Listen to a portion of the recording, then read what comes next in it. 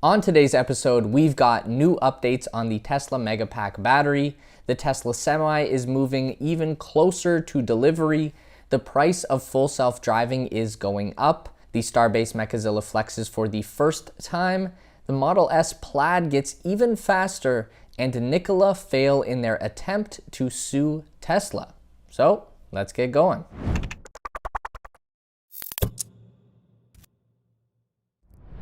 We've got a very interesting new rumor coming from Drive Tesla Canada, who are reporting that a new extra large version of the Tesla Megapack energy storage unit is set to be announced in the first quarter of 2022. This new version of the Megapack would be built at Lathrop, California Megafactory that is currently under construction. Drive Tesla reported that their anonymous source was present for an all-hands Tesla Energy Division meeting held in late December of 2021. According to the report, Tesla's Megapack production capacity is set to reach 20 gigawatt hours by the end of 2022 and expand to a full capacity of 50 gigawatt hours by 2023. If Tesla is able to achieve that rate and sell every single unit it produces, that will equate to about $22 billion in revenue based on today's Megapack pricing. But today's Megapack likely won't be the product that Tesla is selling in 2023. We also see from the report that a version 2 of the grid scale battery is in the works. Tesla will be introducing a larger Megapack known as MP2XL 24 in limited quantities as early as this quarter. An even larger Megapack, MP2XL 33, will then be introduced at a later date, but as of yet does not have a timeline for production. Again, according to an anonymous source, not an official Tesla release. Even though Megapack XL will have a much larger footprint and offer more storage, the source says it will actually be cheaper to produce than the current MP1 system, thanks to the use of CATL prismatic LFP cells. These are the same iron-based cells that is currently being used in the Model 3 with rear-wheel drive. Speaking of the Megapack system, Tesla has released an official video showing off their newest grid-scale energy storage project in Angleton, Texas. This 200 megawatt hour facility holds 81 Megapack units that Tesla states will provide greater outage protection while reducing the community's reliance on fossil fuels by adding sustainable backup support to the grid. This is one of Tesla's biggest energy storage projects so far, and it is very clearly being pitched to the people of Texas as a way to prevent blackouts like the deadly power failure in February 2021. The basic idea of these grid-scale batteries is that they can pump extra capacity into the grid at peak use times. So if the temperature suddenly drops and everyone cranks up their furnace, then that can lead to more demand for electricity than the power plants can supply, and thus electricity stops flowing entirely. Tesla batteries can fix this. And with enough batteries in combination with a robust solar and wind generation system, we can eventually start to eliminate the need for traditional power plants entirely. We've got a couple of developments on the Tesla Semi to catch up on. Firstly, we know that at least 2 more brand new semis have been spotted on site at Giga Nevada already in 2022, which would suggest that the low volume production phase is well underway. And that's got speculation going that 15 units of the Tesla Semi will be delivered to their first customer, PepsiCo, before the end of this month. And most recently, some new activity has been spotted around the Semi Mega Chargers at Giga Nevada. These are the dedicated charging infrastructure for the Semi and are speculated to have a power output of 1 megawatt or more, which could add 400 miles of range to the electric transport truck in just 30 minutes. In new images, it looks like Tesla might be developing a mobile megacharger system to accommodate the early adoption of the semi-truck. An anonymous source provided images to Teslarati that show flatbed trailers next to the megacharger station that are loaded with power pack batteries and urban charging stalls. The The report hinted at the potential for a portable charging system that would accommodate the Semi, which makes sense. It's going to take a while for Tesla to build up a nationwide grid of these mega charger stations. Companies that purchase Semi fleets like Pepsi are having the mega chargers installed at their distribution centers, but the trucks are going to need to recharge somewhere else out in the world. And for right now, there is no infrastructure in place for that. A mobile mega charger built of a flatbed would solve that problem in the meantime. The charging station can be strategically placed along whichever trucking route the Tesla happens to be operating on. If the route changes, the location of the charger can change with it. It's not ideal, but we are talking about the very early stages of a brand new technology, so it needs to be accepted that things might run a little bit janky at first and kinks can be ironed out down the road. Either way, we will keep you posted.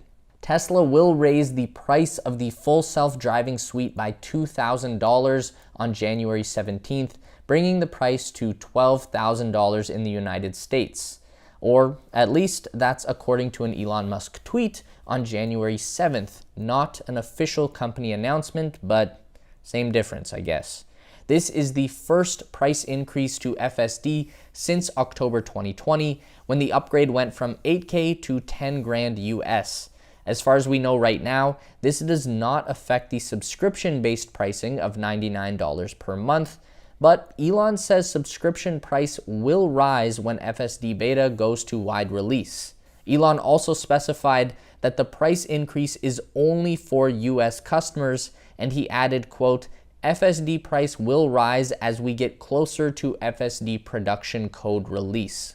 In a recent interview with the Lex Fridman podcast, Elon Musk said that Tesla could reach level 4 autonomy by the end of 2022. Full self-driving, even the beta version, is currently at level 2 autonomy. That means the car will control steering, acceleration, and braking in most situations, but still requires constant human supervision and may demand human intervention at any time. Getting to level 4 autonomy would mean that the car can perform all controls at all times with no need for monitoring or interventions, but would still allow the human to take control at any time the person chooses. At level 5, the car is actually in control at all times, and the human can request to take over manual driving, but does not have full override from the autonomous system. So in level 5, you can't just grab the wheel and disengage autopilot. It gets to decide whether or not to relinquish control of the vehicle to you, which is a little bit freaky. Probably fine for a robo-taxi, but wouldn't want level 5 autonomy in my own personal vehicle. A quick update from Starbase, Texas, the building and launch site of the SpaceX Starship rocket. We've recently seen the first test of the robotic lift and catch arms on the launch tower known as Mechazilla. In a couple of different time-lapse videos, we can see the giant metal arms moving up and down along the tower structure. We see them opening and closing in their chopstick maneuver, and we can even see the assembly moving horizontally to the side position it will use to both pick up rocket stages and catch them out of the air. We also got this really cool drone video on January 9th that flies slowly away from Mechazilla and really illustrates how this massive structure towers over the landscape around Boca Chica. It's not much, but since we know now that these rockets won't be launching until March at the very earliest, we just have to take what we can get. Tesla is officially rolling out the Plaid track mode to all Model S Plaid vehicles across North America this week. This is pretty similar to the track mode on the Model 3 Performance that was released in 2018 and then upgraded to V2 in 2020. The Plaid track mode gives the driver individual customization of everything from the stability control, handling, balance, and regenerative braking. The first thing that Plaid track mode does when activated is optimize powertrain cooling. That means drop the temperature of the battery pack and motors to create a significant amount of chilled thermal mass, Once track driving begins and heat is generated, shared coolant loops between the battery and motors keep the entire system cooler for longer. The second change in track mode is called lateral torque vectoring. With track mode activated, Plaid automatically adjusts torque split across the rear wheels independently, which applies a torque bias to rotate the car through turns. This increases turn-in response, improves on-center steering feel, and delivers even greater yaw control throughout a corner. Next, this mode unlocks adjustable vehicle dynamics. With Plaid track mode engaged, Tesla Vehicle Dynamics Controller evaluates steering angle, accelerator, and brake pedal inputs to determine where the driver wants to place the car and will permit tire slippage and automatically adjust torque split to give the driver even more authority and improved agility during high-speed cornering. When Plaid track mode is engaged, the adaptive suspension damping is now optimized for track handling.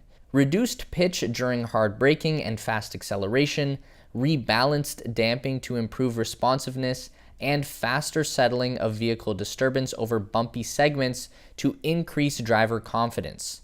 To facilitate consistent dynamic driving, ride height is set to low, and the suspension will no longer automatically raise to improve comfort. And lastly, Tesla has added a track-focused user interface to provide critical performance data, including a vehicle thermals monitor, lap timer, G-meter, dashcam video capture, and vehicle telemetry, along with several other customizable options. So in short, this takes all of the advanced stability features that try and prevent you from crashing and dials them back, while at the same time, it uses the car's technology to ramp up the aggression of the handling, braking, and acceleration.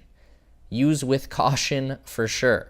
Our old friends Nikola are back in the news again, this time for dropping their $2 billion patent lawsuit against Tesla for their semi-truck design. Nikola alleged that Tesla's electric truck design infringes on its existing design patents for an old truck prototype it unveiled in 2016. The patents are about simple design features like a mid-entry door, the general shape of the fuselage, and the windshield wrapping around the cabin, which is comical because both the Tesla and Nikola trucks just look like smoother, more pointy versions of a regular old transport truck. There's obviously nothing special about either of them. Over the last year, Nikola has run into a lot of other issues unrelated to Tesla, such as getting caught faking a truck demo by rolling it down a hill and telling people it was driving, or having CEO and founder Trevor Milton officially charged with 3 counts of criminal fraud. And even with all of that going on, it still took until January 5th, 2022, for the company to decide they have more important things to worry about than trying to milk $2 billion out of Tesla with a patent trolling lawsuit. It's really only worth mentioning for the sake of having a couple of laughs at Nikola's expense. It's been a while since we've had the chance. Literally, the only winners here are the lawyers. For more Tesla news delivered straight to your inbox, make sure to subscribe to our Tesla Space newsletter. We keep you up to date on all things Elon Musk, Tesla, SpaceX, Neuralink, and Boring Company in one quick and fun to read package. Link in the description to sign up. It's theteslaspace.com. And make sure to drag our emails over into your primary inbox so we don't get lost in the promotions tab.